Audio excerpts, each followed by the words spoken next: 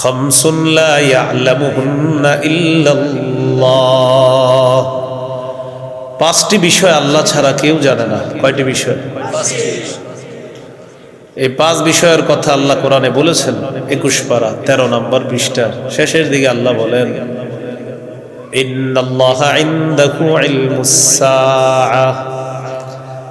এক নম্বর, আল্লাহর কাছেই কিয়ামতের জ্ঞান। এটা কোনো মানুষের কাছে নেই। এই বিষয়টা মানুষ জানে না, আল্লাহ ছাড়া কেউ জানে না, নবীরাও জানে না। দুই নম্বর, ওয়া ইউনাজ্জিলুল গায়স।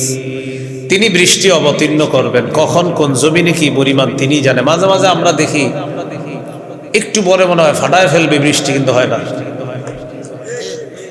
তো হবে কিনা এটা আল্লাহ জানে। তিন নাম্বার, ওয়া ইয়ালামু মা ফিল আরহাম।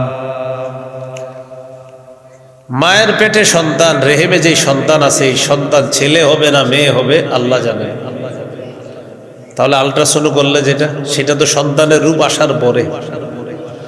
সন্তানের রূপ আসার আগে পারলে কাউরে বলতে বললেন কি হবে, এটা কেউ পারবে না। এটা কে জানেন? একমাত্র চার নাম্বার, ওয়ামা তাদরি নাফসুম মাযা তাকসিবু গাদা। কোন মানুষ জানে না সে আগামীকাল কি উপার্জন করবে।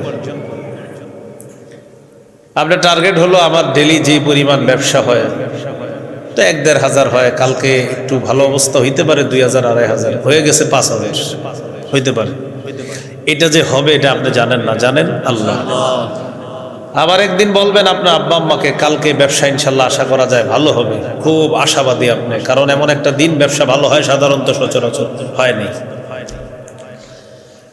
এই জন্য আগামীকাল কি উপার্জন করবে কোনো মানুষ এটা জানেন আল্লাহ।